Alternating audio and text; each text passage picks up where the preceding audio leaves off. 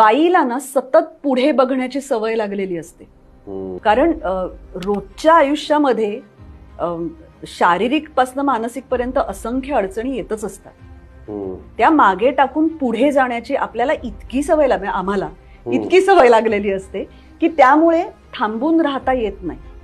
रोज सकाळी झोपेतनं उठताना आज नाही बाबा मला उठावंसं वाटत आहे, पण मला उठून मुलांचे शाळेचे डबे करून दिलेच पाहिजे, नाहीतर खातील काय मुलं शाळेत. किंवा तुम्ही आजारी पडलात तर तुम्हाला विश्रांती घ्यायला म्हणजे काय म्हणतात ना, ते एक कॅम्पेन होतं बघ, ये भाग दौड भरी जिंदगी या थकना मना है. काय छान लाईन होती.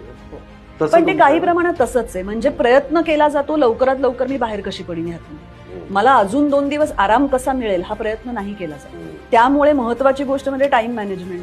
तू म्हणालास तसं की आज जर सकाळी उठून मला आजच्या दिवसातले डेली सोपचे सीन्स देऊन पुण्याला जर यायचं असेल तर माझं प्लॅनिंग काल सकाळी